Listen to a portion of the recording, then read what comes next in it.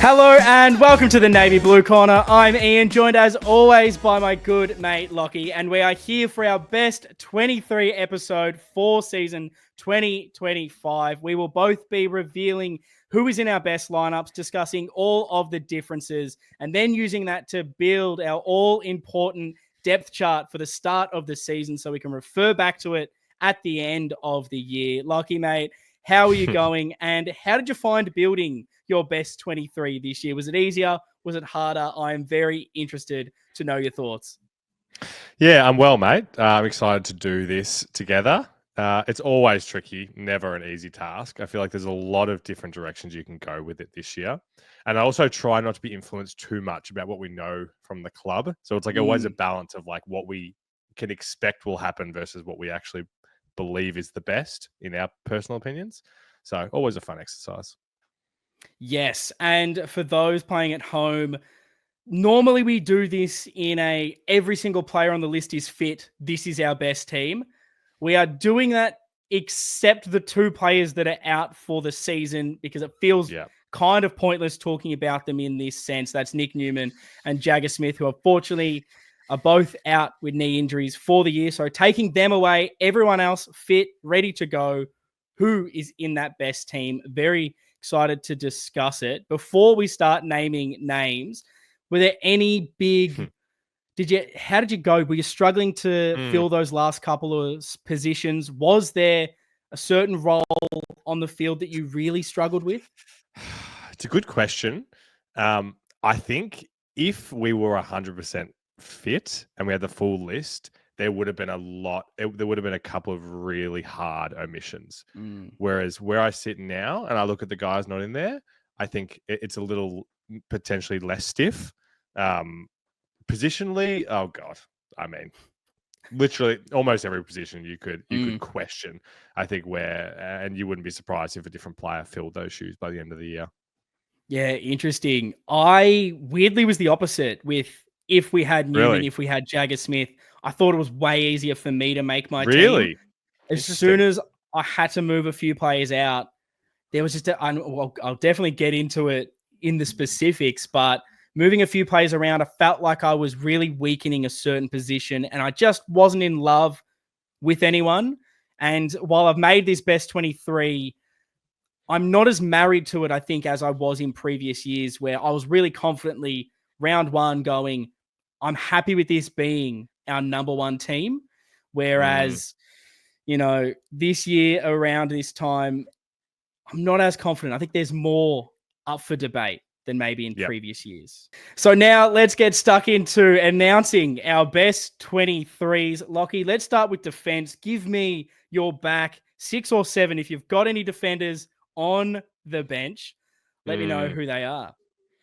All right, let's do it. So I've gone with 3, I guess, tools, as you would say, on field. Yep. So Wiedering, McGovern, and I think Haynes deserves to be there at this stage from what we know about him. Cowan and Sard are walk-up selections in that best 23 backline for me. And then this is one that might be, I don't know if controversial is the right word, but up for debate. I have got Doherty there. Yeah. When I think about filling that Newman role, we know that Ollie Hollands is we like what we're hearing about him back there and what we've seen in a limited sample size. But for me, I think a bit more of the stability of Doc to replace that Newman role, I think makes sense in the best 23. And then this one will make a little bit more sense, I guess, as we get into the full structure. But I've gone with Silvani on the bench as kind of that 7th defender. We're still yet to see what kind of role exactly he's going to play. But I think I'm going to try and take myself back to where we were with him healthy and that he should be in this best 23 somewhere. So I'm putting him in there. Yeah, I've got a lot of questions off this, which I really love to start. Nice. I'm going to dive into the Silvani thing first. Now, that would make it 4 tools, basically. What were your thoughts on, I guess, the structure in the back line of how you would work with that? Maybe the trade-off with, I guess you can throw a guy like Boyd or a Chin Cotter as that other small option or an Ollie Hollands. why did you want to go with that taller player? That will be my first question. One of the primary reasons is Sauce's ability to be the second ruck. Yeah. There's not going to be a Pitto in my best 23. So when I look at the whole team structure, I think it makes sense that Silvani's in this team. But having said that, I also am going to be bullish on Kemp in 2025 and have him in the team as well. So, yeah, you may think that it seems a bit tall, and I can agree with that, I suppose. But I think what we're hoping, well, it depends how these players line up as well. Like Haynes and McGovern, we call them tall players because they can do those intercepting roles, but we hope that we can get some, good ball use, maybe some run and carry from them as well to be kind of pseudo more medium style. But yeah, I totally get where you're coming from. Yeah, I guess my question around it also stems from last season. We struggled to move the ball quite a lot from D50. We're maybe wanting a bit more pace from that, which is why Ollie Hollands' name has been thrown into it. You've gone maybe a Doherty to potentially replace him there slower. I know Nick Newman isn't necessarily blessed with a lot of pace. And then you've gone an extra tall. Are you concerned that that might struggle with the rebounding component? Or is it simply we will be better because of our ability to intercept, which will help the rebounding? How did you sort of balance that?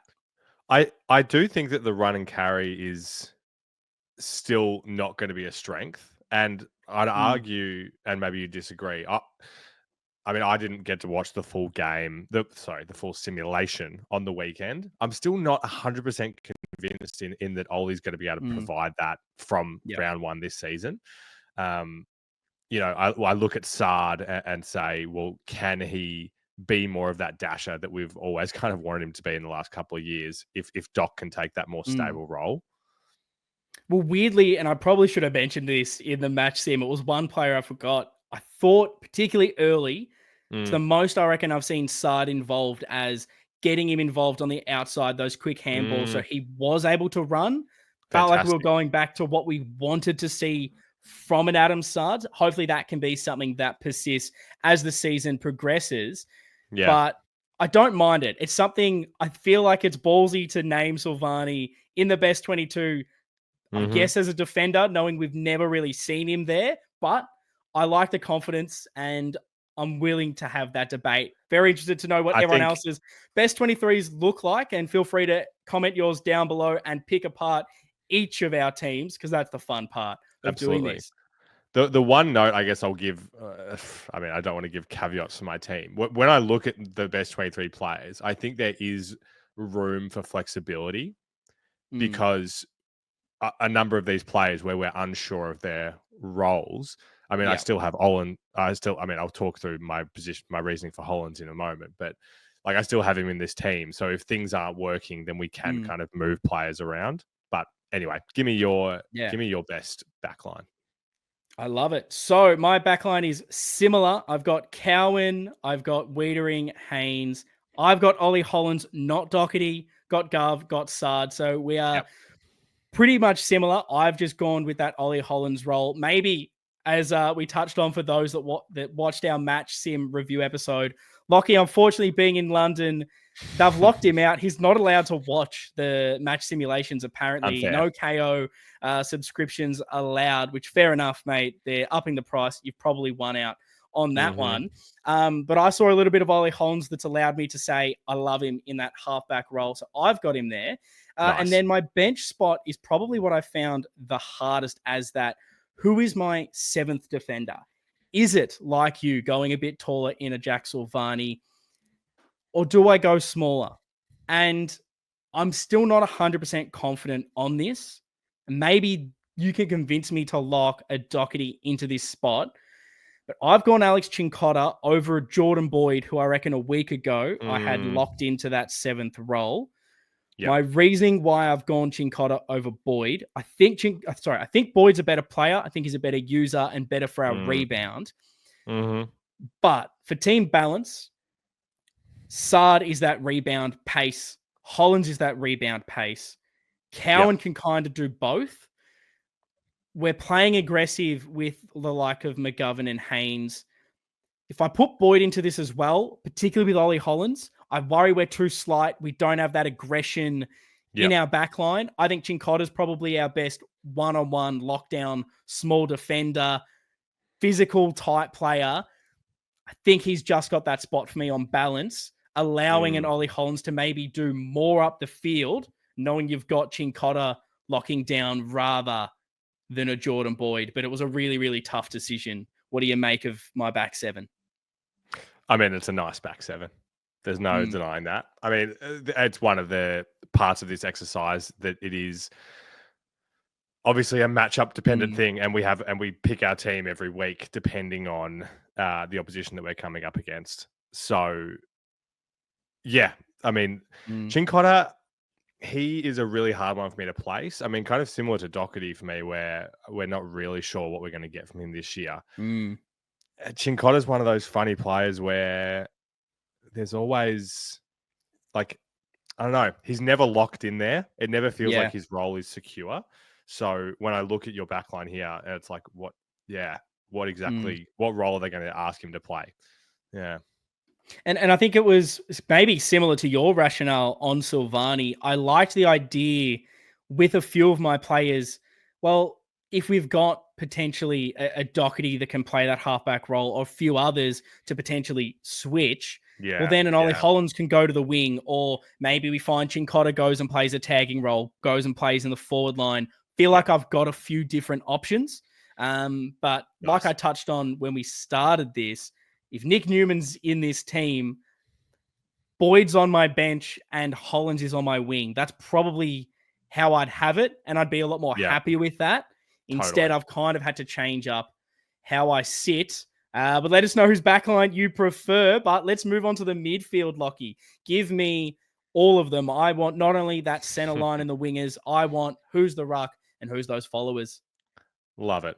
Well, wings to me were quite easy after I considered the back line. In fact, I probably did these first because I'm going to keep Ollie on one of those wings for now. And then obviously Blake on the other owns that position like nobody else. TDK is my number one. Ruckman, Cripps, Hewitt, and Walsh are all obvious in that first midfield. Chera is a no-brainer as well. Yeah. And then I guess one that he wasn't in my best 23 before Jagger's injury, but I've slotted in Cooper Lord now. Yeah, no, I think it all makes sense, really, when you look at all those names. I think I've gone incredibly similar. It's probably just that wing spot in Ollie Hollands. Yep. We've touched on it a bit. When you really nailed it down, was it you just prefer Ollie Hollands on the wing over halfback? You prefer Doherty off halfback? Or was there, because I kind of felt like I struggled with this, replacing Ollie Hollands on the wing. Yeah. I didn't love the wing options if it wasn't Ollie and Akers. How did you go around that? Yeah, spot on. That was, I put a few players in that spot and it just didn't, I don't know, like Doherty, for example, on that wing. I just doesn't feel right. Is putting Walsh out there and having him outside of the CBAs. Like, I don't mind that at times. In like, when I say at times, like theoretically, I can talk myself into that. But I kind of, and it may seem hypocritical because I'm saying I know what I'm going to get from Ollie, so I like it there. But yeah, I don't know what I'm going to get from Silvani, but have him in there. Yeah. Yeah. Like if I was going to switch this and put Hollands back and Doherty on the wing, which I don't know if that's what you've done, I feel more uncertain about that. No, it makes sense. And that was why I really struggled with that wing spot. But I thought our defense was potentially a bit better with Ollie there. My midfield, I've gone very, very similar. Obviously, I've gone Blake Akers on one wing, Cripps in the middle, but I've gone Walshy on the other wing. And I originally had Doherty there. I'm a little bit recency biased from the match sim, and I'm a little bit down on Doherty right now, which is why I've gone Walsh. I'll read out the rest of them so it maybe makes a little bit more sense as I start to tell you my team. But DeConing in the ruck, Chera and Hewitt as my starting midfielders. And then I guess you can throw him into this conversation here because I've got Lord like you, who was Jagger Smith until the injury, and I've got Doherty just on my bench. Yep. And again, I wasn't sure what to do because as soon as you take your locked in plays for the whole game, Akers and Ollie Holland's wing partnership opens up a massive hole.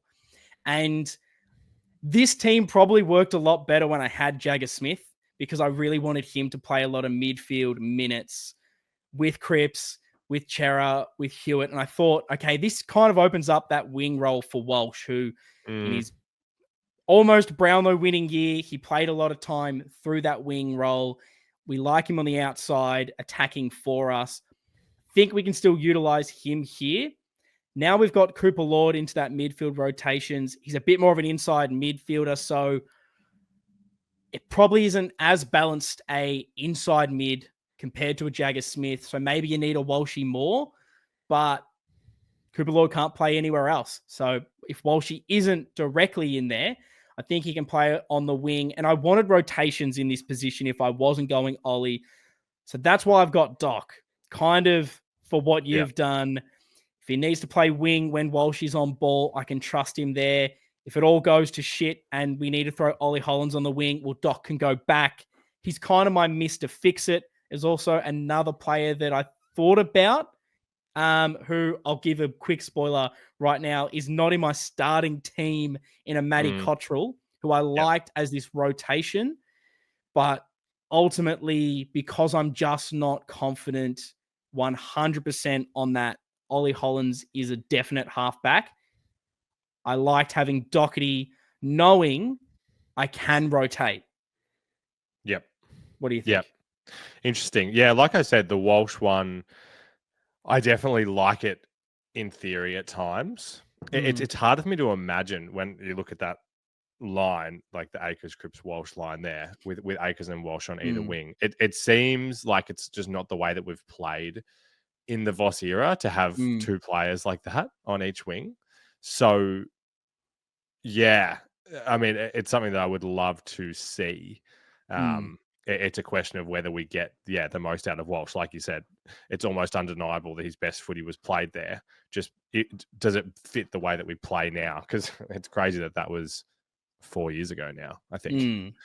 Yeah, no, it really became, if Ollie Hollands isn't there, it's wing rotation by committee to try and cover him there. I like the idea of an attacking Walsh at times. Doherty can go through. Hell, Chera can play there a little bit if you need. You've got, Ollie can do it if we're desperate. Agree. Hell, Chincotta can play a little few minutes if he needs to. I thought that was the best thing, to just try and get the most out of us, because I think this season, I want Chera to be playing a lot of that midfield time.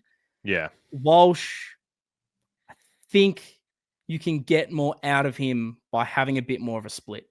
But it's going to be really interesting to see how we use it. What's your forward line, Lockie? Well, the first six was the easiest of the six for me to pick. So, obviously Harry and Charlie, there's no debating there. Motlop and Williams, to me, are above all others in terms of the small forward hierarchy, and I like the different dynamics that each of them can bring. Elijah Hollands is one of our most exciting players heading into this year. And then Fogg, I think, has some of the best job security in this team, even though sometimes it would go unrecognized by others. And then the seventh is, I guess, the one that a lot of people have differing opinions on. It at this stage, I think that Kemp belongs in the best 23. Absolutely, the jury is still out for me on whether him and Silvani, like, where their best positions are. But like we've talked a bit about in the preseason already, I'm really intrigued at the thought of him being forward, Kemp that is, with both Harry and Charlie. Whether there's a role that he can play with his understanding of the back line to create better opportunities for Harry and Charlie. Whether that's Brodie being able to do things himself by being a threat, or whether he's just able to play a role that unlocks more opportunities for them. So I think at this stage, he belongs in the team. Yeah, I'm really intrigued on Kemp this year. I think it's going to be a big watch to see how it all unfolds. In selecting him, because I feel like all the others are very simple. It's clearly our best, in my opinion. I think a lot of people's opinions. Yep. Who else were you tossing up that Kemp spot with? If he's the one you're not as sure with, was it as simple as I want another marking target in a Moya? Did you want to go small? How did you see that position going about when you're making that final choice? Yeah, that's, I guess, the difference with this forward line, whether it felt less about personnel to me and more, like I said, about the intrigue in that marking target, somebody that can go up against the big body defenders. Whereas the back line felt a little bit more, damn it. My alarm is going off so loud. That's all right. Don't stress. I can hear it, so that's not an issue. You can just go from the start of me asking you that question if you want. Yeah, let's do that. Why was it this rigorous? Other people. I was just reverberating the question of why did you choose Kemp? Were you looking at a similar role in a marking option or something else? God, there's nothing harder than having to go back into your thoughts. Flow. What did I say? Literally. Yeah, if you could just do a little lead in again, I'll give that a go. Yeah.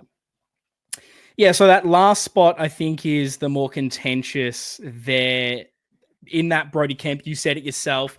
When you were having that thought and putting him into this lineup, what convinced you? Oh, sorry, not what convinced you. Don't worry about that, Lockie. When you were thinking about it, who were the other options that were contending, and what was your thoughts around why it was maybe Brodie Kemp over those others? Were you looking at a marking option like an Ashton Moya? Were you looking to go small? Why was it, I guess, Brodie Kemp and who was in contention?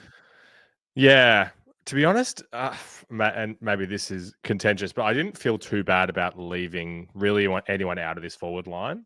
It was more of a structural thing. Like I'm very intrigued about that role, like the role that he can play in helping out Harry and Charlie up forward. So, yeah, I mean, we're not going to get that out of a Durden or a Fantasia, for example, would be two guys that appeared a fair bit previously. Moya is a good one. Like, I guess he's probably the closest, but again, the sample size we've seen from him really is genuinely 2/4 of footy. So I wouldn't be banking on him at this stage in our best. Last question on it is, were you worried at all about being too tall, knowing you've gone 3 tall forwards, 4 key defenders? No, not really. I mean, for example, anytime that we saw Pitt and TDK last year, that would be a 3 tall forward line. Pitt isn't in this team. So no, I think I mean, it's a really good conversation to have. And maybe this is hypocritical to my last point, but if we did have a higher level of talent from maybe another half forward or someone else trying to get into that mix, it would be harder for me. But when I'm looking at the guys that I'm keeping out of this forward line, it's just not, it doesn't feel that tricky for me to make a case against that extra tall. No, I totally agree with you. I mean, look at my forward line. I was actually identical with you. Fogarty, Harry, Elijah, Zach, Charlie, and Motlop. And then, yes, I did have Brodie Kemp as my last. I was so unconvinced with it as well. I love when I absolutely rip to shreds your section and then say, I did the same thing. I agree. That's like a preseason ritual of every Naby Corner preseason. Well, I have to challenge you to get your rationale, because maybe it is different to why I selected Brodie Kemp. I feel like it is quite similar. The reason I went Brodie Kemp was I think the rest of the forward line makes sense. So it's what's the rest of the balance of that forward line? Is it another runner, wing rotation, high half forward like a Matty Cottrell? That's probably what I was really thinking in the versatility space, more run, considering I wasn't 100% sold on the Doc Walsh wing combo. Yeah, I agree with you. I don't think we've seen enough from Moya to say he's right there. Fantasia and Durden, I don't think have done enough. Kemp, in theory, I think the idea of him can make sense. Yeah. Like you've alluded to, just being that extra target, an extra mark, an extra goal kicker. We've lost Jack Martin out of this team. I know Zach Williams can sometimes bring his marking and goal kicking that we saw late last year, but Kemp, being a defender, can hopefully bring the pressure inside 50 to keep the ball in. He is versatile. He is athletic. He isn't just a tall. I can see him playing like Silvani down there, where you kind of don't say, oh, he's a key forward. You just see him as another forward, if that does make sense, more of a general forward than a key forward. And I think ideally I want to see an Ashton Moir in this position, like that Jack Martin role, but he hasn't done enough. And Brody Kemp, I know it's small sample size, but even in this team, I think at AFL level, he showed me he can belong there. So right now, he's got that spot, but it is by far the least confident I am about a spot in this team to really nail down an argument for him. Valid. Yeah, I mean that would be Silvani for me at this stage when I look at this team. But I think you may have slipped it out before. We do have the same sub.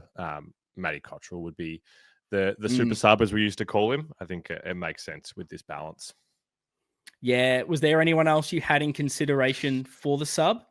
And how close was he from making your team as well? I guess he was in the mix when I was thinking about that wing dynamic. Even the seventh forward, I suppose, in consideration there. He's another really interesting one for this year. Maybe I'm undervaluing him at this stage potentially, but apart from him, it was Boyd definitely is around it. Chincotta, when healthy, around it as well. And I guess Moya as well, as he's shown what he can do as a sub. Really feels like we've got the same crop of players. It's just about those last couple who we have in a hierarchy above. And Cottrell for me, as I said, he was so close to being in this team. Right now, I kind of want him in over Doherty for what I think output-wise is better. But again, potentially just biased from what I saw in that practice match. But Doherty's ability to play in defense is probably what got me over the line. And I think I was also looking at that sub, trying to be really tactical and think if it's 3/4 time and I want to inject something into this game. Yeah. And I'm going through everyone because originally, obviously Jagger Smith was in this team and I thought Cooper Lord could be good, but that's just another midfielder. So is that actually the right move? Doherty, well, he can play everywhere, but is that exciting? Whereas Cottrell's got that pace, and we've always spoken about him being almost the ideal sub for that energy and everything. And that's probably why he just unfortunately gets that sub role over starting with Doherty. But I think as far as a 23 goes, if I'm announcing the team and I announce the sub on the weekend, that'd probably be my 23, and I'll really figure it out on that last second. Yeah. No, totally. I think Binns is probably another one that would have been around it. Some people might be in love with him and have them in their best, but not for me at this stage. He would have been in the conversation until I saw the match sim, and I just... Oh, really? He looked like a player, because I was excited to see what he could do. Thought he played wing for most of the game. He was below par, I would say. Definitely not as good as he showed in those couple of games near the end of the season last year. He was not... I don't think he was bad per se, but he just wasn't great. He was fine to below average. That doesn't mean by the end of the year he can't take that next step. It was only one little contest. But when we're doing these best 23s, you've got to give us a reason to take a spot over a Sam Doherty, over someone else in these positions. And I don't think he did enough to warrant it, but definitely in the conversation. So let's turn to the depth chart and try and build this. Now, we've only actually had one player different from these squads. It'll be on screen. I'll try and go through it quickly for those that are listening. So basically, the only differences in our squads were positionally Doherty and Ollie Hollands. And then Lockie had Silvani. I had Chin Cotter. And that was, Cowan, Wiedering, Haynes, Doherty, McGovern, Sard, Akers and Hollins on a wing, Cripps in the middle, Elijah, Curnow, Fogarty, Williams, Mackay, Motlop as the forward line.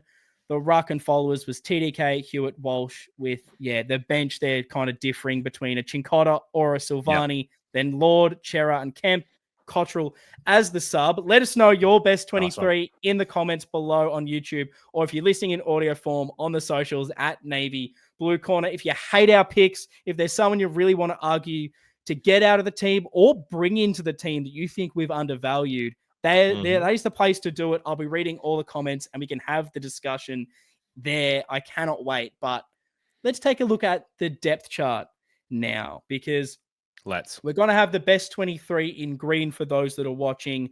The yellow will be filling out that best 30. So the very much fringe into selection, borderline best 23. And then the orange are kind of those more depth plays at this stage. Maybe we'll find a few more should be in the yellow and 30 isn't doing it justice. Maybe we'll find out it only needs to be 29. That's the fun part of the depth chart. But it's an exciting way to start the season and have this hierarchy that we can look back at throughout the year. And it's also a great mechanism for us to talk about, guys like a Matt Carroll, a Billy Wilson that we don't speak about a lot. Yeah. Find some expectations for them now, where we think they'll end up. And then at the end of the season, at the midway point, we can have a look and see who has changed our opinions of them. Let's start with key defense. I think this is an easy one. Jacob Wiedering, your number one, Lockie? No doubt. That is perfect. So Wiedering, there's 3 key defenders we are playing with. We've both said that they're McGovern and Nick Haynes. How are you ranking them, Lockie?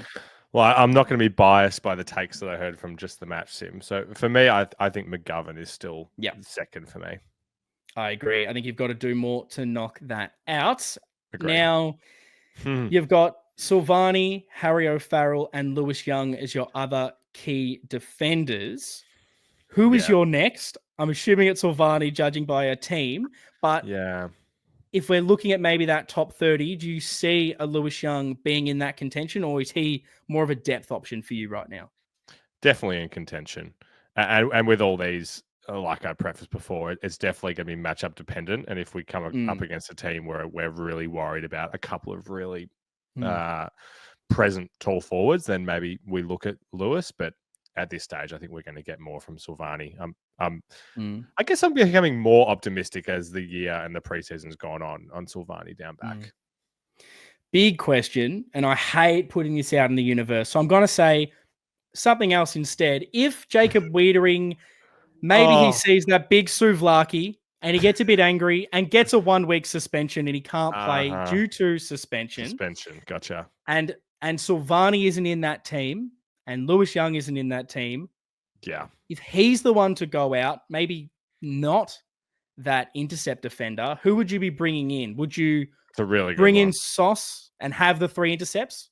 Or is it as simple as go that bigger key defender? Yeah, it's matchup dependent, but it probably would be Young because they're just the most like for like in Wiedering's huge suspension scenario. Which He's killed Nick Larkey. It feels like those two have got some big beef, and I love to see it every single year.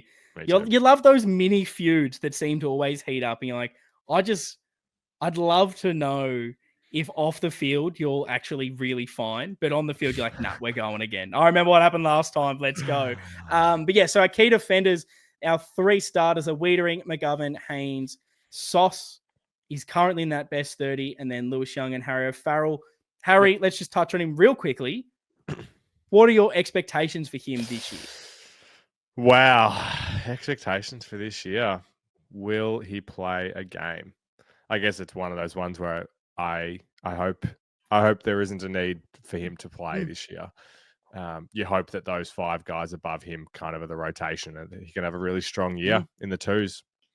Yeah, I don't think there's any expectation for him to play at the AFL level. I agree. I think it's all about those little glimpses at VFL and seeing if he can just build into it. Had a bit of an injury Mm. interrupted sort of top age under 18 season. So you just want that continuity for him, and then maybe in a few years start knocking down that door. Let's move to general defenders. Now we know Nick Newman would have been, I'm going to say, was he your number one if he was fit? Yeah, I think so. Yeah, so I agree. He was my number one. He's not there. He's in red. So who would be your number one general defender now? I've got this as 4, so that makes 7 for a back 7 starting in that best 23. Who are your top 4? Rank them for me, Locke. God, he's getting close, isn't he, Cowan? But I think you still have to go Sardi number 1. Yeah, I agree with that one. With him a close second. Cowan second. Now, this is contentious because the list that Lockie's looking at, this is behind the curtain. You won't see this, but I've got Ollie Hollands here. I don't have Sam Doherty, mainly for the reason of everything I heard preseason was that he'd play in this mid-winger role. But if Lockie wants him in the defenders, we can have him here. I'm happy to have him almost in 2 positions, and we can see how that depth chart goes. And you know that picking your battles is one of my mantras. This is not a battle that I want to pick. I'm happy for us to lock in Hollands here. I think it's cool. It looks like it's the direction we're going, and I'm optimistic about it. That makes sense. Who is that 4th and final back 7 start? And again, we can change this up because you've gone Silvani is definitely that back 7, and we can when we do this, once we've got that full depth chart, we can play around with who is definitely best 23, who is in that top 30. But at least for now, if you had to pick one of these guys to start with those 3 tools, who would it be? Definitely on Silvani is a big word, by the way. It will not take much of a sample size for me to be off him as a defender. Don't worry about that. I probably disagree with you here. I probably like Boyd most out of these guys over Chincotta.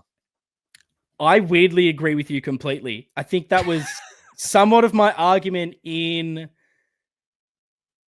why I hated Nick Newman not being there, because Jordan Boyd I have above Chincotta, but balance-wise for a team, I had Chincotta. But if I'm ranking the defenders, I think you have to have Jordan Boyd over him. Chincotta takes that next spot. I think there's a gap between the next, which would be Harry Charlison, Matt Carroll, Billy Wilson, and Matt Duffy. Who are you putting as the next below Chincotta? I mean, I guess you have to have Billy, don't you? Just from his body of work last year, or you think that you got big? You're hot on Big Matty. Well, this is the question. I'm not necessarily sold either way. You're talking about picky battles. This could be mine, but the fact we didn't see Billy Wilson at all makes me curious as to has Matt Carroll taken his spot, and seeing him have a really good performance, would that have him above? I've kind of got them so level it's not funny. So I am interested as to know your thoughts on who goes above. Again, I'm hamstrung by not seeing the sim yesterday. So Matt Carroll, if I bumped into him down on Fulham Road after I leave this, probably not going to even know it's him. So no. It doesn't help that he doesn't. Unfortunately, to him, he has a very generic head, whereas Billy Wilson, he's got the long hair, the long blonde locks. You kind of know who he is. Exactly. No, again, look, now I've got 2 battles in my back pocket here, so you can lock in MC. Okay, so we'll go Matt Carroll basically just because I've seen him in 2025. Then we'll go Billy Wilson. I think Harry Charlison, because he plays Aussie rules football. Matt Duffy coming off an ACL, never seen him pick up a Sharon, probably has him there to round it out. Nice. So that is Sard, Cowan, Ollie, Boyd, Chincotta, Matt Carroll, Billy Wilson, Charlison, and Matt Duffy. The rucks is probably the easiest one. Is it seriously just Your man and Hudson O'Keefe? I don't know. You're pretty bullish on Hutto. You gotta have him above. I'll be honest. I saw about 3 or 4 hitouts from the big man in the last quarter, and I thought, I don't mind this. Where was this for the full game? I would have rather had seen Hudson than Pitt, because it's not that I dislike Pitt. I just know what he's going to do. I don't know what Hudson's like, and I'm intrigued. But right now, I am not trusting him to start I like Pitto as a backup. He might be, if you're running a one ruck system every single team, he's got to be the top 5 best backup ruckman in the comp right now, surely. No doubt. No doubt. So he's sitting pretty there. Simple. Let's go to the midfielders. Who is your number 1, Lockie? Rick is top dog. Absolutely. He's taken it back. Sam Walsh was the number 1 preseason last year. That's all changed, Cripper, after record-breaking Brownlow is number 1. Was it much of a decision this year for you, or was it just so easy, not even thinking about it? He's just head and shoulders above, I reckon. I think, we still undervalue, overlook him and how important he is. 100%. Who is your number 2? I guess it's Walshy from this crew, but you could really make strong arguments, I think, for a lot of the guys here. Yeah, I think if we saw more from Chera, he could be up there. George Hewitt is the consistency, but right. I mean, output-wise, it's got to be Sam Walsh. He's just a superstar. I just want him to stay fit, be healthy, and we're going to get an unreal season out of him. I think this is more of the contentious one. Yeah, the number 3 spot, Hewitt or Chera? Well, yeah, if I follow the logic that we both feel that it's more likely that Hewitt isn't best 22, best 23 by the end of the season. Also, higher ceiling, I guess you would probably argue for Chera. I would have him 3rd at this stage. Okay. I think I might have put Georgie Boy, but you've kind of swayed me because I have Chera winning the BNF, so I probably should have him there. Right? And at his best, I do think Chera is above George Hewitt.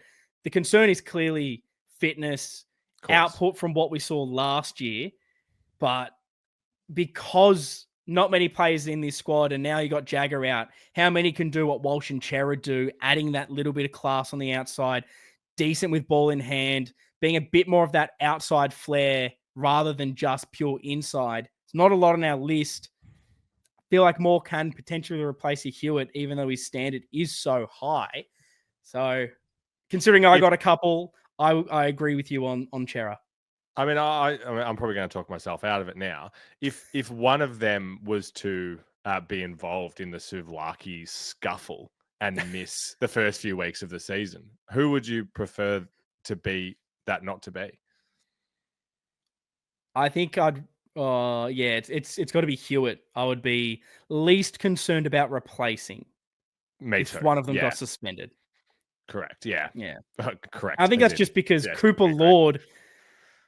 We're putting him straight in because it makes sense, but he was the one that he was so close to being in my team heading into the preseason. Jagger Smith, all of a sudden, the talk of the town, clearly goes above him. From what I saw in the match sim, Cooper Lord started to almost edge a little bit out as over a Jagger Smith just because I thought he played a little bit better. But now he's sort of head and shoulders above the next in Ben Camporelli. I think it just makes sense. No doubt. Yep. I think we'll see a lot of him this year. Yeah. And then Ben takes that last spot. Expectations on him. He's got a bit of an ankle infection, something or other at the moment. Very odd injury. Not seen. Now that Jagger Smith is out, does that change your expectations for Ben at all? And what were they heading into this year? Well, pre-Jagger, pre-Jagger injury, that is, I kind of had Jagger as someone to have a big impact, and then everybody else in the draft class as not needing to play a role at the highest level this year. That was the expectation before. Does it change now? Probably not. I think there's still the depth there that will hopefully afford us, if everything goes to plan, as it already isn't, that he won't be required. Yeah, no, I think he's just another one that needs to apply his trade in the VFL, but I'm just annoyed that he's got this infection. He's definitely someone I would have loved to know right now to then compare it throughout the season at the end of the year. How does he compare to these AFL footballers? Because he is a bit of a bigger stature than some of the other draftees that we've brought in. So does that translate? He's dominated at the level throughout his under 18 year, he's just one you want to see. But at the moment, he sits there. We'll go to wings, and we've got Akers, Doherty, Camperelli, that is Lucas Camperelli, and Jackson Binns as options. Lucas could honestly play in a lot of positions. I've thrown him here because you already had about 1,000 general defenders. We didn't have a lot of wingers, so I thought it made more sense to give him a go here. Rank them for me. Yeah, I mean, Blakers, no doubt, is the top of this hierarchy for me. And then have to go with Doc from this list. Binns third, and Campo. I guess the question for you, seeing as you like throwing these hypotheticals at me, who would you rather have if they had to play round one, Lucas or Matt Carroll? Oh, that's interesting. What position is Lucas playing wing and Matt's playing in defense? No, I'll say both defense. I think from what I've seen from one game, it's probably Matt ahead at this stage. From one sim. Yeah, he looked just a little bit bigger than what I know Lucas is, like physicality-wise. If it was the option of Matt as a defender or Lucas as a wing, I think the wing's a position that you can hide a little bit more from. You don't have to be as physical. One mistake might not necessarily mean a direct goal, whereas if you're inside defensive 50, being just one step away, all of a sudden a goal's been kicked on you. So I'd probably trust Lucas on the wing role. But yeah, it's honestly close to a coin flip as well. I'd have him very close to Billy Wilson and Matt Carroll. But yeah, I'll get excited off one game. Although Lucas kicks a goal. So maybe he is a threat that needs to come into this. Superstar. Yeah. No, it is interesting, the wing. Like we like to do it. We like to structure the depth chart in this way, but there's a lot of blokes that could. I mean, Fantasia at times last year had spurts on the wing. Like there's a whole bunch of players that we've tried through there.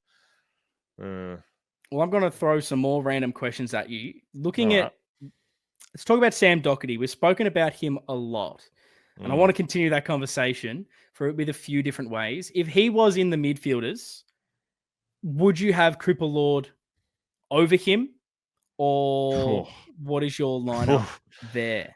I think I would have Doherty above Lord at this stage. I think I disagree. I would go Cooper Lord personally. I think he's a better on-ball midfielder. But if you want the versatility, then I guess you go Doherty. But as a pure mid, I'd go Cooper right now. Okay, so answer me this question then, because this is just becoming the questions episode of portion of the episode. It's great. Considering the sample size that I think you're working with in your picture of Sam Doherty right now, how surprised would you be if in round one he is in our 5 best players? As in 5 best players, in the performance against Richmond, he's one of our 5 best. Because the reason I'm saying that is I feel like I wouldn't be surprised. And I'm not trying to be romantic about him and about how he's been through his career. But why would it be a shock that, you say the sim wasn't great and he played a small role in the prelim? Would it be that shocking if he's just really good again? Or am I don't think it would be a shock. I don't think you're being too optimistic. I'm glad you're bringing this take because I feel like I've been way negative on Sam Doherty and I love him a lot. So I hate having to bring this negativity to the podcast. Wouldn't shock me. And that's why I'm trying to say that I'm being swayed by the last 2 games I've seen from him. One off the back of an ACL in the same season, and then in a final, a little bit of match sim that means nothing. If you look before that, thought he was really good Brisbane opening round. I guess it's just I've currently, and I'll happily put my hand up and say that I've done this, clouded my brain with his age, another ACL. Totally. I don't know what Sam Doherty I'm getting back, and I'm in a negative headspace with him and probably subconsciously finding these little things that I'm not liking and making my mind up. But runs on the board, Sam Doherty has it above. I think I'd probably say Cooper Lord for the sense that position-wise, that's his bread and butter compared to Doherty's bread and butter. And I love a high ceiling. So that's why I'd probably go Cooper Lord. But it's very... I'm not saying it's, Cooper Lord up here, and then 5 spots down below at Sam Doherty. It's very close for me, but I like that you're bringing that more positive side to it when looking at Doc right now, because there is clearly a world where round 1 he comes out, puts on another clinic, and you go, yeah, cool, Doc's back. Perfect. He can play whatever position he wants. He's in this team. Totally. I'm just trying to, and I'm having the exact same thoughts as you, and I'm trying not to let confirmation bias happen with things with this match sim, where I don't know, let me look at this list. You said that Fogarty didn't play too well in the match sim. We don't take a single thing from that, but we do for Doherty. And you think about that, the Brisbane final last year, where pretty much nobody played well. So it's like, I don't want to just be tying a bunch of small things together and making big thoughts. But then having said that, I also wouldn't be surprised if he's not best 22 soon. So, I think he's earned the right to absolutely start. And like I kind of said with George Hewitt, it's someone has to take the spot. If you want to be better than Sam Doherty, be better than Sam Doherty. But he's got so many runs on the board. He can play in so many different positions. You've got to be better than him and offer more. And right now I've got him on that wing, can transition into the mid, can transition into defense, can play high half forward. We've seen him kick goals in finals for us. He can do all of that.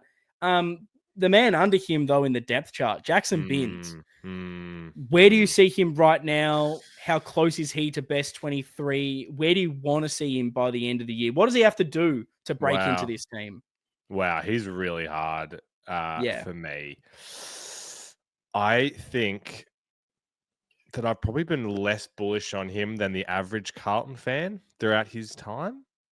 Not that I'm a VFL connoisseur, but from what I have seen, don't know, hasn't been knocking the door down as much as maybe others think that he had been.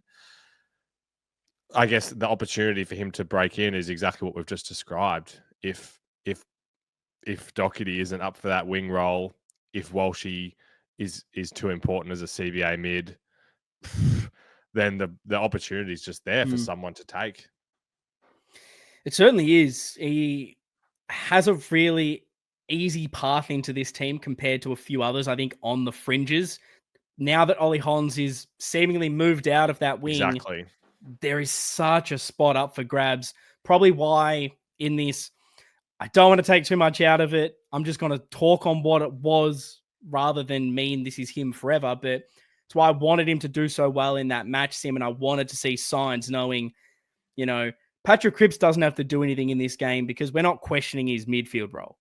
But there's a spot for you. I want to see you show me something. And he kind of just didn't. He was thereabouts, but sometimes lacked a bit of physicality, which is probably that thing he has to work on. We know he can run all day. We know he has that attacking flair. Kicked an unreal goal, against West Coast on debut. He's got some really nice aspects to his game. He's not that player just yet. Got another season to apply his craft. A lot of players on those Summer Sessions podcasts have said he's had a really good preseason. So let's see how he goes at the start of this year. And if he can break in, great. If not, does someone else look to take his spot instead? There's plenty that can kind of go through that wing role. Now, the next category is a little bit difficult to quantify. The forward line's tough. You've got key forwards easy. And then you've got almost these like half forwards and general forwards in one. And then I've got small forwards. I find this distinction really difficult, to be honest. Yes, because some players, like a Zach Williams, he's almost a half forward, general forward, and small forward. I think Fogarty's kind of the same, but I've got them in different categories right now. So for the sake of argument, I'll try to explain what I've got and see if this makes sense. So my half forwards / general forwards are those that either aren't your goal kicking forwards. They're the ones that are there for just pressure or to go up the ground and be a link, or they're a taller marking forward that isn't a key forward. So the guys I've got in this list at the moment are Lockie Fogarty, because I don't see him as that goal kicker. He's a pressure player. Elijah Hollands, who pushes up the ground. Rob Monahan, who we don't know much, but he's kind of that half forward at VFL. Ashton Moyer, because he's not a small forward, he's tall. And then Matt Cottrell, again, that running player. So that's what I've quantified it as. If you disagree, go at me in the comments, but this is what we're going at for the moment. What's your hierarchy? Because I think this one is a little bit difficult to get. I think this is spot on how you've set this up in terms of my mind. The only one that would be questionable would be whether Williams is part of this group. I think, like you alluded to, whereas he's kind of a bit in the middle of being a goal kicker versus kind of a setter up. But I'm very happy with this structure. You may disagree with me here. I think that Hollands is the first selected in this group. I agree with you. I have no issues with that. I think his output has been incredible. And the fact he can go into that midfield does the door open incredibly wide for Elijah Hollands to say, I'm playing way more midfield time this year with Jagger Smith not being there. We've said it's Cooper Lord probably to just step straight in, but maybe Elijah takes way more of that midfield time. It allows a Matty Cottrell to take that high half forward role.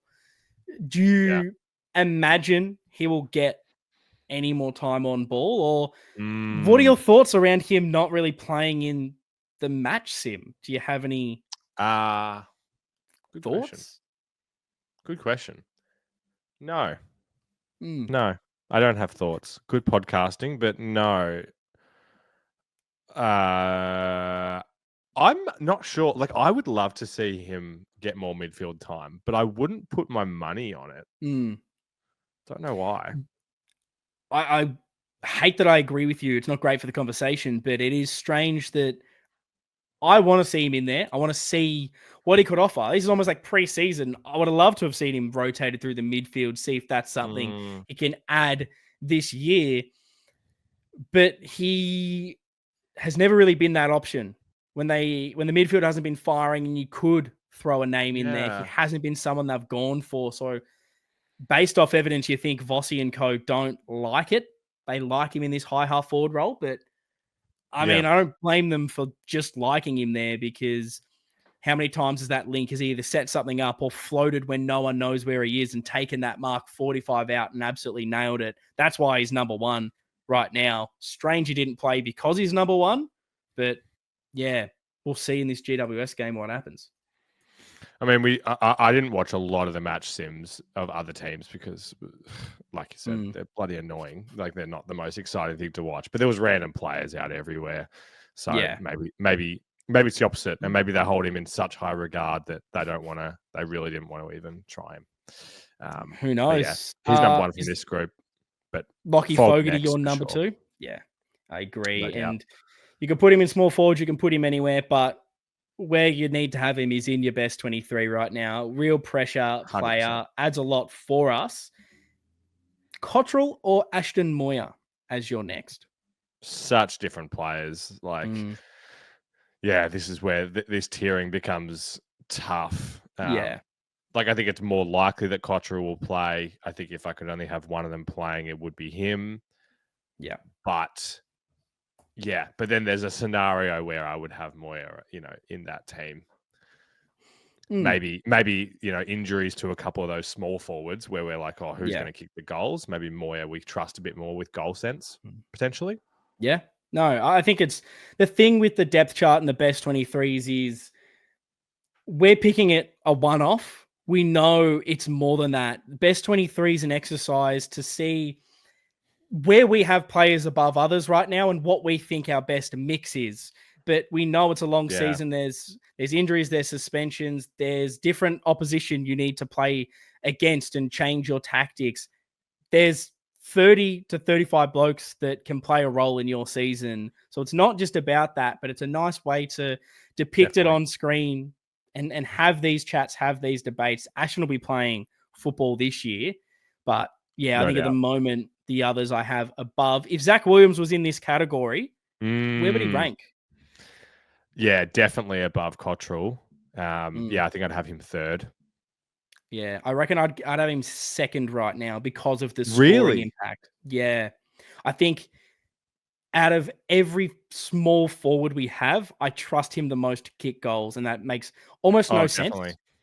But second half of last year, I thought he was our best goal kicker, so that's kind of the only evidence I've got right now. No, I agree with that. I think Folger, oh God, he's so important, I think, to that pressure side of things. But yeah, no, I hear your argument for that. And the last player there will be Rob Monaghan to round that out. Key forwards.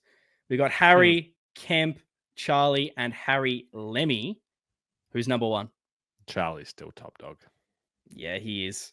Let's not get tricky. Yeah, we don't need to. Harry's number 2. That is Mackay. Brody is your number 3. I don't think you're going to jump in and tell me any different. And then Harry Lemmy is 4th. What are your expectations for Harry Lemmy this season? Because he's a player that's now been on the list for a fair few years of key forward development. We haven't seen a lot, hasn't debuted yet. No. If he was someone that you were saying stays on the list or doesn't, there's no other option. What would he need to do to stay on the list? Is it play a game? Is it just progress in the VFL? What is it for you? Well, that was going to be my kind of question back, which is probably a question for the internet. But like, how many players do we draft go 3 years of being, I think he's been pretty much healthy the whole time. Yeah. And this will 3 years without a, wait, this is 4th year? No. No. It was Lockie Cowan's draft. So I'm pretty sure this is his third 3? season. 3. There you go. Yeah. So I'm saying at the end of this season, if he doesn't debut, how many players go 3 years without a debut and then go on to have a good career? Would have to be incredibly low, right? We need Sir Swamp for that. Absolutely. I don't have those stats clearly in front of me, but yes, because we know these taller players take time. Totally. And that's absolutely fine. We just haven't seen enough glimpses at all currently in VFL. I haven't seen really anything that says he's going to take that next step. It's been very incremental, if at all, I think, the last couple of years. He needs to be dominant in our VFL team. And I don't think it requires him to make his AFL debut. But I think by the end of the season, we all need to feel confident that if Charlie or Harry get in that Souvlaki scuffle, that we'd say, "Oh, good, Lemmy's coming in next week." God, this is we don't have to move we don't have to move the forward line around. We don't have to bring a McGovern into the forward line. We just trust Harry Lemmy. Currently, I don't feel like that. We've thrown Brody Kemp forward as a part of this. He's out of contract. I hate putting guys under the pump, and I want them to succeed, and I want Harry Lemmy to be that guy. But it's a big year for him because he just has to show something. He might still take a couple years. He might be one of those players, but it's a big one where he needs to be leading our goal kicking and dominating every week.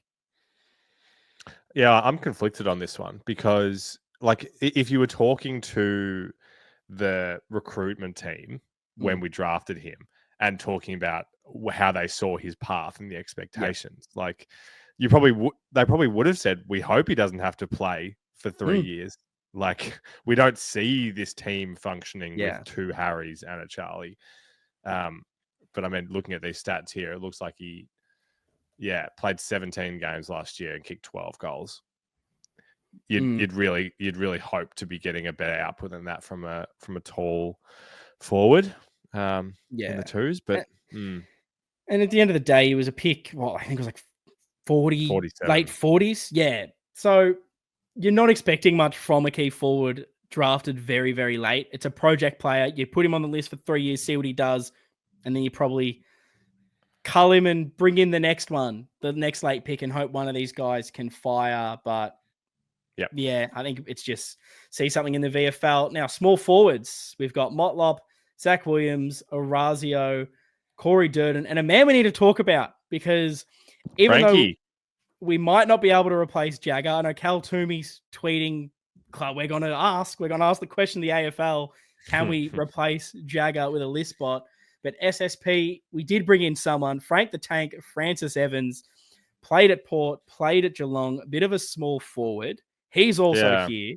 Let's take a break of the depth chart for 2 seconds. I want your thoughts on the signing, but more so, I guess, less on his talent and everything like that. And what are your thoughts on bringing in another small forward and what that means for potentially what the other small forwards aren't doing over preseason? Yeah, that is an interesting aspect of this. Very surprised. I really thought that it was going to be one of those keys. Old Denver, someone like that. So it was definitely an out of nowhere thing for me that we went this route. Yeah, I mean, to answer your question, well, yeah, I don't know what it means about this current forward crop, because we'll see where you have him in the depth chart. But he's not high. No, and it's intriguing. I'll go back to the first question and I'll ask another one on top of that. You threw a few at me there. I did. Apologies. It's what I like to do. Make it hard as possible for you to give me a good answer so I look like a genius. But if you were to look at all the other positions, because you talked about the big boys, Denver, Granger, Barras, there was old man, McMahon in the forward line that could have got a shout. Regardless of player, let's just say you were picking a position. Now that we've got the depth chart basically filled out except for small forward, is there a position that you say before the Jagger injury, we should have targeted this spot? And you're maybe now concerned that we didn't fill that hole. It wouldn't be somebody that I would be expecting to have the impact this year. So I think it would be more about a developmental thing. I mean, we were concerned about the key stocks around draft time. We've brought in O'Farrell. I guess, God, it's so hard to answer questions like this, like where you would have Granger, Barras, even if he was in this. He's behind Lewis Young, I think. You think he's behind Lewis Young? Yeah. So, yeah, I think so. Because I haven't seen anything for him to push himself above Lewis Young. So he'd have to show me that he's better. For sure. But the ceiling, I guess, is there with him more because he's younger. He was a higher pick. Absolutely. So, no, do you have an answer to that question? Like, the more I'm looking at this, I mean, again, you're bringing in guys that they're not jumping in too high in any of these positions in the depth chart. No. Like I said with Granger Barras, he's with Lewis Young or below. If you brought in, I'm just going to throw a position rather than a name because I know some of these positions weren't training with us, but if we wanted another halfback, they're not jumping above Chincotta. They'd be below him. Is that worth it? No, probably not. Ruck, we've got enough. Midfielder before the Jagger Smith thing. Again, they're going to be behind Cooper Lord, above Ben. Do we need that depth? Not sure. Now you'd probably like it as just an extra body. But even then, it's not 100% convinced. Maybe you'd look to strengthen somewhere else to move a guy in, because I think the drop-off of midfielders you could potentially bring in might be lower. I'd have to really look into it. Wing, I think we're fine. Then it probably starts to look at that forward line in either a small forward to compete with the guys that we're not confident on. We're confident with Jesse. We're confident with Zach Williams and their ability. Fantasia or Durden at the moment, we're not sold on. So I think that kind of makes sense. But key forward probably would have been the one that, we don't know what Brody Kemp is. Silvani, you'd have to change position. Yeah. Harry Lemmy, we don't trust. If we did trust McMahon, which I think obviously they didn't at the end of the day, which is why I wasn't selected. If you could put someone in that spot, I'd like it. But how out of 10, how obsessed am I with this? A 1 or 2. I'm not phased at all. I'm really. Exactly the same. To answer the question I threw out, I guess, of what does this say about the small forwards, I think it does ask a question of a few of them, because I'm not sure that was on our radar The fact that Francis was training with our VFL, not a specific train on play with us through preseason, we kind of started to throw him in. That for me says someone wasn't standing up, and we saw that he was maybe better than someone on this list. I don't know what I expect of him this season, but it's intrigued me, that's for sure, because I didn't have small forward on my positions of bringing anyone in the SSP period. Agreed. So let's rank them, and then we'll have maybe a bit more of a discussion on what we expect of him. Yeah, nice. Who's your number one right now?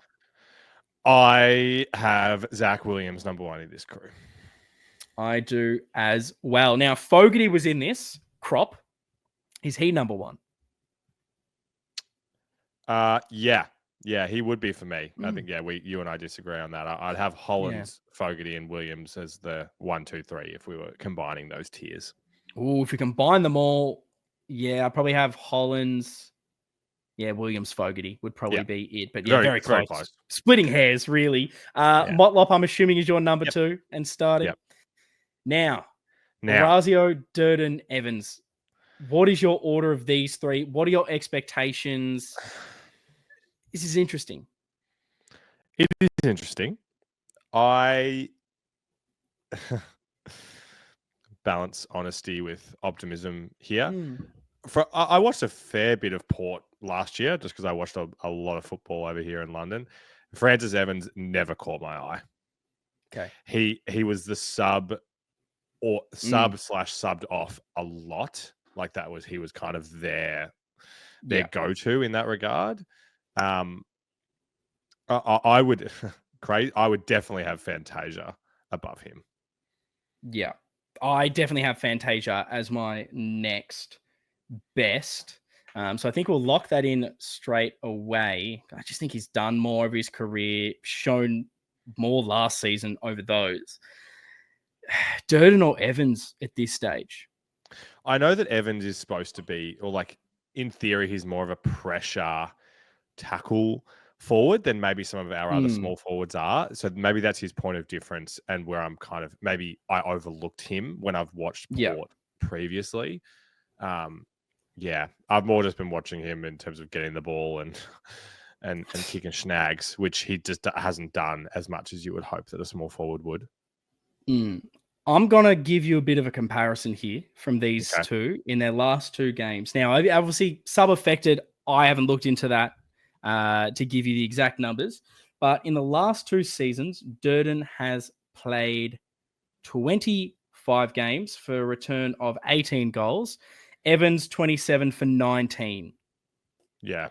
Does that change any of your thinking behind these two and where you No, see it doesn't. I mean, I'm unfortunately pretty down on Dirds at the moment. So even though I'm not super optimistic about Frankie's ceiling, I probably would have him above Dirds. Yeah. I'm happy to do it. I'm not I don't feel passionately about this. Yeah, I think at the moment, I was surprised he was delisted from Port. I thought at the back end of the season, he had a couple of performances where I was like, I not to a massive degree where I was going, oh, we've got to sign this guy, because we'd never mentioned him in those delisted players to bring across from the club. But he was someone that I went, oh, who is that? I actually don't know who that is. He did a couple of nice things. Maybe it's the age on him that I thought he was younger because I didn't know who he was at that time. But yeah, I mean, comparing him to Corey Durden, we think there could be a ceiling there, but injuries and form, we haven't seen enough. Right now, I'm just so down, like you, I think, on Corey Durden, where I want to see it and I want him to do really well. But he comes on and does his ankle in about 2 seconds, and you're like, this is just what's happened with him. He comes on, hurts his shoulder, comes on, he's out. Just there's no continuity right now. And yeah, at least I've seen some football from Francis, I feel like. But the small forwards is, out of all these positions, in my opinion, has the most fluctuation potential here. Any of these positions could change, really. My expectations for Evans this season, I don't really have them right now. It's If you break in, great. If you don't, you're probably gone at the end of the year. I'm just intrigued to see why we chose you and what role we see in this squad that we went small forward when we've got a lot. The talent might not be there, but there's a lot of them. Why we needed to add another. Yeah, exactly. I'm intrigued to see how this plays out. I can't remember if it was this episode or our last one where you spoke about you think we're going to see a fair bit of Fantasia this year because it does feel like the coaches love him. Like, yeah, definitely wouldn't be surprised if he played more games than he missed, even though we've got him in yellow here. And it was interesting listening to his Summer Sessions podcast where you do have those little thoughts thinking, he hasn't had a lot of consistency at the AFL level in a while. Last year, he seemed to get his body right for most of the year. New club. Takes a bit to learn a system, new club, new players. Our forward line isn't great as far as connectivity and chemistry. I feel like it's hard to just drop someone in and make them play really well, ball movement wise, a lot of things. Yes. Kind of also wouldn't surprise me if he all of a sudden became a walk-up starter every week because he's had that extra year to lock into this team and learn his role. But likewise, if he plays 5 games and that's it, it could go either way. Now looking at this depth chart, Lockie, are there any players that are outside of that kind of best 23 that you hope by the end of the season are in that best 23? Hope is a good way to put it. That's really interesting. Nothing jumps out at me from the start. Like who's the weakest player in that 23 to you? The weakest, I'd say the weakest ones are Cooper Lord at the moment, Matt Cottrell, Jordan Boyd, Brody Kemp for multiple different reasons. Kemp, because are we going to play with that type of player? The rest, I think, are kind of been fringe players for a few seasons. As far as who I think I hope to come in, I think the obvious one for me is just Ashton Moyer. I think by the end of the season, out of all the ones that aren't in, if he's not in, I'll be a bit disappointed. It's not the end of the road. He's clearly young, has plenty of time to develop. But if I'm thinking about us moving forward and being a better team, he's probably the guy not in the team that has a skill set I think clearly improves us. Yep. No, I think that's 100% true. Yeah. Has this depth chart made you feel more confident with the squad overall? Has it made you feel less confident? Because sometimes when you lay it down, you can see maybe some list holes, see areas where there's not enough depth or maybe the quality isn't quite there.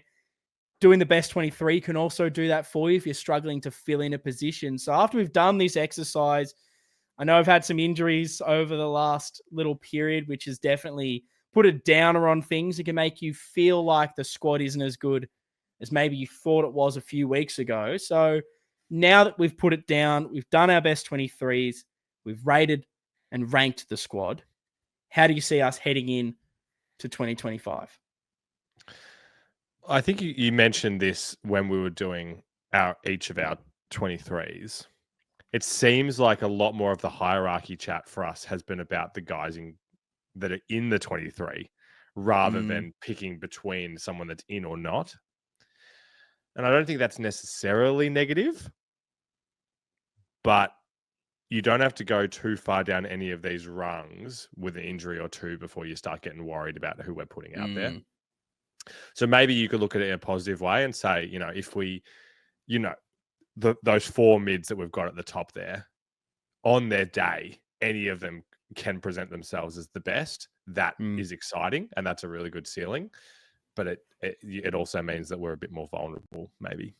Yeah, no, you can definitely see the gap in some of these positions when you literally rank them one by one. I feel like at the moment I'm in a bit of a negative headspace on things. And so I'm probably going to be clouded by that and say when we are debating a lot of these starting spots, mentally right now it seems we're trying to make arguments why they're in the team rather than it be I feel like in other years gone by, it will be, I hope this guy can break into the team, so let's try and get him in there. Whereas now it's like I'm trying to keep a guy in there, and I don't know if he is still in the best team. It feels like it's a lot more of a negative conversation we're having around a few of these positions rather than it being that positive, wow, there's 5 guys that could take this spot. Right now it seems no one's taking that spot. Is that an issue? Is the quality good enough to just nail that down rather than it being a fun competition? Do you feel that vibe as well? A bit. I think when we look at like the improvement, a lot of it is that we're going to hope to see it from guys in the best 23 already. Motlop is supposed to go to the next level. Ollie in a new role. Haynes bringing something new. Cooper Lord going to the next level. Those kind of things. Rather than it, like I said, when you ask me which players am I hoping push in, apart from Ashton, it's hard to kind of see who that would be this year. Yeah, now it's going to be interesting. Yeah, I think the Jagger thing's just completely still rocking me, Lockie. It's just that negative cloud I can't get rid of. But I tell you what, a nice little performance from everyone against GWS will completely change that outlook, and then go on to smash the Tigers in round 1, and all of a sudden, 100 points. We're forgetting about it. So let us know your thoughts on everything. Drop your best 23s in the comments below or on our socials at Navy Blue Corner. Let us know what you thought of our depth chart. If you think anyone else should be in there that is not, if we've ranked anyone ridiculous, let us know. I want to have this conversation with everyone. It's such a great way to discuss every single person on this squad. But like I said, content doesn't stop here. We've got a lot this preseason. We'll be reviewing the GWS game this coming weekend, and of course, building up to that round 1 against Richmond. Can't wait for more football. Just want some of these questions we have in preseason to be answered. Some more information would be great. Bring on the footy, up the bloody baggers. See you guys next time.